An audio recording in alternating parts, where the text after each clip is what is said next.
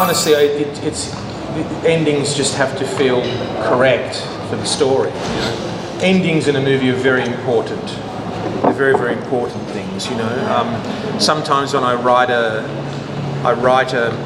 story, I write a screenplay, I don't quite know where it's going to go exactly. I've got an idea, but I do know where I want it to end. I know how I want it to end, so I'm trying to keep, even though I talked about characters coming alive and writing their own story, telling me their own story, I keep trying to shove them towards that ending that I want. Because for me, the ending tells you what, more or less, definitely leaves in the audience's mind what you are trying to say, you know. So they're very, very important, and they're very hard to get right. They're very difficult things to get right, you know. One of the reasons I don't like TV, I don't like making TV shows, series, continuing series, is because I like endings. I like a story. I think the ending of a story is so important that a story without an ending isn't a story to me, you know. And TV shows, for me, just for me, you know, I'm not saying, I know there's very good ones made, but I don't enjoy them because I don't get that sense of completion, closure, you know. So I now forgot what your question was. What was your question exactly? What's his question? What kind of movies that inspire me? Yeah. Yes, inspires you with that kind of, what kind of ending? It just has to feel correct for the story, you know. I like endings, not in a cheap way, but I like endings that make me look at the whole story differently. Suddenly I go, oh, okay. Maybe now I understand, yeah. And I don't mean in a Twilight Zone trick sort of way. I mean it gives me a different perspective, makes me understand that I wasn't looking at the story correctly, you know. I think for me they're the most exciting endings to a story, and then probably the hardest ones to pull off, you know. Okay, thank you. Yeah. Ok, pues lo que para él tiene que parecer correcto para la película, eso es lo más importante. A él le gusta escribir dejando que los personajes vivan la película, de alguna manera él los pone en su proyecto y bueno, se deja que ellos vayan conduciendo un poco la película hacia donde vaya, ¿no?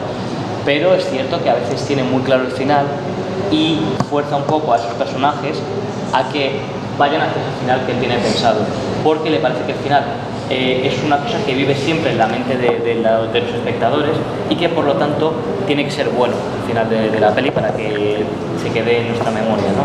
Entonces habla de las series de televisión en el sentido de que él cuando no le gusta mucho verlas, porque cuando ve ese tipo de proyectos no tiene esa sensación de que haya un final, o tarda mucho en llegar a ese final, y él lo que le gusta es eso, que tenga un final que sea correcto del proyecto. Cuando ve algo para inspirarse, una película, pues eso lo que le gusta al final es sobre todo eso, que no sea forzado, que no sea barato, que no sea para satisfacer al público, sino que sea el final que corresponde a la película.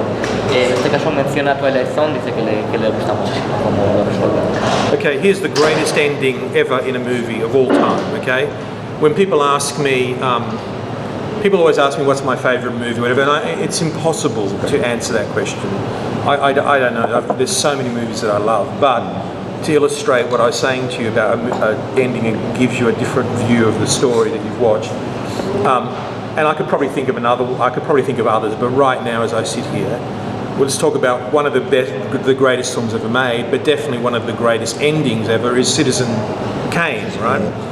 Citizen Kane, which does exactly what I said, which is makes you look at the entire story in a different way and makes you understand the character's psychology, and it's sort of heartbreaking, it's moving, it does everything that you want out of a story, but it does it in retrospect, so it makes you, because you don't really like the guy through the movie, you don't like Kane, Charles Foster Kane through the movie, and at the end you go, isn't that touching that his rosebud was this thing from his childhood, right? So, Vale, quiere hablar de uno de los mejores finales que ha visto, porque claro, a él le preguntan muchas veces cuál es la mejor película que has visto, es una pregunta muy difícil de responder, pero para él uno de los mejores finales que nunca ha existido y que además